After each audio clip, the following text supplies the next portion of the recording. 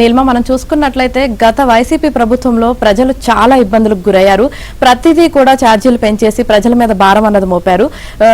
చెప్పుకోవాలనుకుంటే ఆఖరికి చెత్త పన్ను కూడా వసూలు చేసి వాళ్ళకి చాలా ఇబ్బందులకు గురి చేశారు. కానీ కూటమి ప్రభుత్వం అధికారంలోకి వచ్చిన తర్వాత ప్రజల గురించి ఆలోచిస్తూ ప్రజలకు మేలు జరిగే విధంగా నిర్ణయాలు తీసుకుంటున్నారు.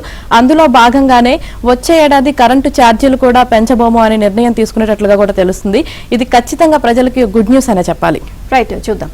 ఏపీ ప్రజలకు ఇది గుడ్ న్యూస్. వచ్చే ఏడాది కరెంటు ఛార్జీల పెంపు లేనట్లే. విద్యుత్ వినియోగదారులపై ఛార్జీల మూత లేకుండా డిస్కంలు 2025-26 సంవత్సరానికి వార్షిక ఆదాయ నివేదికను అందజేశారు. ఈ రిపోర్టులో విద్యుత్ ఛార్జీల పెంపును ప్రతిపాదించలేదు. 2025-26లో 58,868 కోట్లు కావాల్సి ఉండగా 44,185.28 కోట్ల ఆదాయమే వస్తుందని, 14,683 కోట్ల లోటు ఉంటుందని పేర్కొన్నాయి. లోటు ఉన్నప్పటికీ వినియోగదారులపై ఛార్జీల భారం మోపడం లేదు అని స్పష్టం చేశాయి.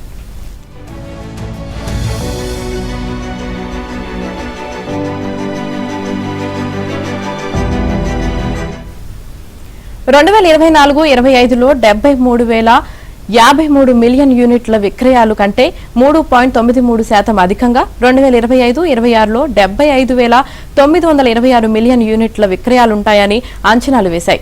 ఉచిత వ్యవసాయ విద్యుత్కు 12,927 మిలియన్ యూనిట్లు పంపిణీ చేయనున్నట్లు తెలిపాయి. ఇది గతేడాది సరఫరా చేసిన 11,299 మిలియన్ యూనిట్ల కంటే 14.4% అధికమని వెల్లడించాయి.